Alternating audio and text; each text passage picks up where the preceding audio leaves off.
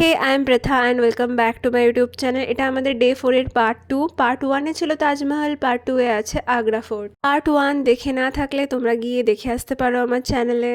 So Taj Mahal দেখে আমরা একটু ফ্রেশ হয়ে বেরিয়ে গেছিলাম আগ্রা ফোর্ট দেখার জন্য। আগ্রা ফোর্টের টিকিট ছিল 35 রুপিস। এটাও তোমরা আর্কিওলজিক্যাল সার্ভে অফ ইন্ডিয়ার পোর্টালে গিয়ে বুক করে নিতে পারো, তাহলে তোমরা ভিড়টা কম পাবে, কারণ টিকিট কাউন্টারে কিন্তু প্রচুর ভিড় ছিল। আগ্রা ফোর্টে কিন্তু তোমাদের অনেক টাইম লাগবে, মানে প্রায় 2 থেকে 3 ঘন্টা লেগে যাবে, কারণ প্রচুর প্লেস আছে। বাইরে থেকে যতটা দেখে মনে হয় যে না প্লেস নেই, বাট তোমরা যখন একটু ভেতরে ঢুকবে না তখন দেখবে যে আরও সুন্দর প্লেস আছে। আমরা যখন গেছিলাম তখন কিছুটা পোর্শনে কাজ হচ্ছিল, রিনোভেশন হচ্ছিল, তাই জন্য বন্ধ ছিল। কিন্তু তারপরেও আমরা প্রথমে এই জায়গাটা দেখে বুঝতে পারিনি যে ভেতরে অনেক আরও কিছু দেখার আছে। তারপরে যখন গেলাম দেখলাম যে অনেক কিছু দেখার আছে। আর এই যে এই প্লেসটাতেই রিনোভেশনের জন্য কাজ হচ্ছিল। আই উইশ যে তোমরা যখন যাবে তখন এই প্লেসটাও খুলে যাবে, তোমরা আরও অনেক কিছু এক্সপ্লোর করতে পারবে। স্ট্রাকচার কিন্তু খুবই খুবই সুন্দর ছিল। ভেতরে একটা প্লেস আছে যেটা তোমরা ভিডিওতেও পরে দেখতে পাবে, পুরো হোয়াইট মার্বেলে এত সুন্দর পিকচার্স আসছিল, ট্রাস্ট মি।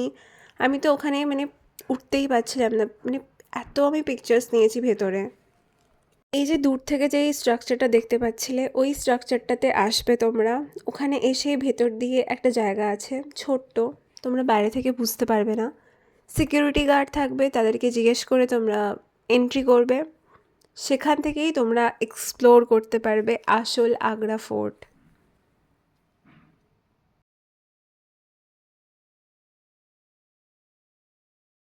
এই যে এই পার্টটার কথা বলছিলাম, এই পার্টটা তোমরা বাইরে থেকে কোনোভাবেই বুঝতে পারবে না যে ভেতরে এত সুন্দর একটা জায়গা আছে।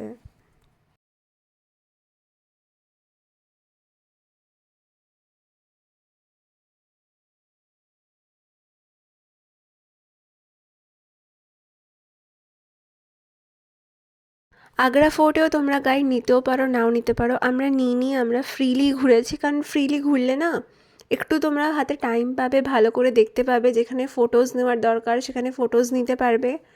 গাইড নিলে হয়তো তোমরা অনেক ইনফরমেশন জানতে পারবে, বাট আমাদের মনে হয়েছিল যে না ঠিক আছে, আমরা গাইড ছাড়াই ঘুরবো। ভেতরে হারিয়ে যাওয়ার কোনো ভয় নেই, প্রত্যেকটা রাস্তায় ওই মেন জায়গাটাতেই চলে আসবে, সো কোনো প্রবলেম নেই।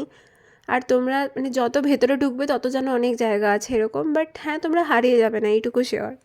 আগ্রা ফোর্টের এই পয়েন্টটায় তোমরা অনেক উইন্ডোজ দেখতে পাবে, যেখানে তোমরা প্রত্যেকটা উইন্ডোজ থেকেই তাজমহল দেখতে পাবে।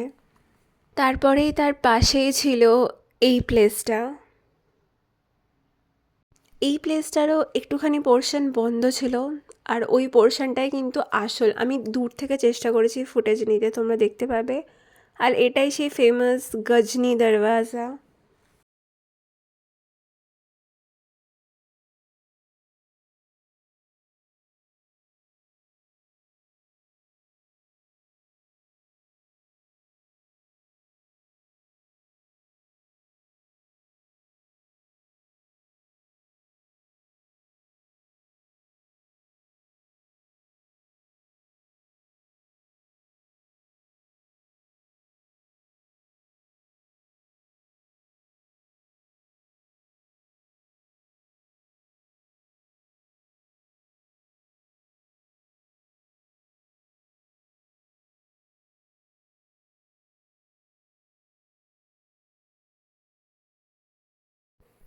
আর এই যে এই জায়গাটা দেখতে পাচ্ছ, আমার কিন্তু পুরো ফোর্টের এই জায়গাটাই সব থেকে সুন্দর লেগেছে, আর এই জায়গাটাই বন্ধ ছিল।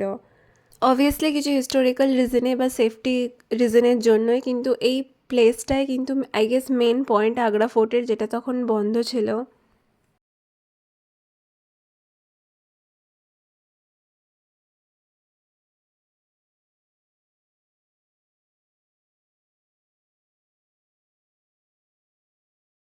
তোমরা যদি আগ্রা ফোর্টে যাও না, তোমরা অনেক, যেহেতু অনেকটাই বড় এরিয়া না, তোমরা অনেক প্লেস পেয়ে যাবে যেখানে সত্যি লোক কম, তোমরা আরামসে ফটো নিতে পারবে। কারণ এত বড় এরিয়া, তো সব এরিয়াতে না তোমরা লোক পাবে না। আমিও অনেক পিকচার্স ক্লিক করেছি।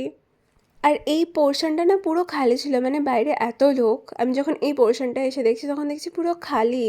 আমি খুব সুন্দরভাবে পিকচার নিতে পেরেছি। সো আমাদের ডে 4 এখানেই শেষ। এরপরে আমরা লাঞ্চ করে একটা মার্কেটে গেছিলাম, বাট সেখানে আমার খুব একটা কিছু ভালো লাগেনি, তাই খুব একটা ভিডিও ফুটেজ নিইনি।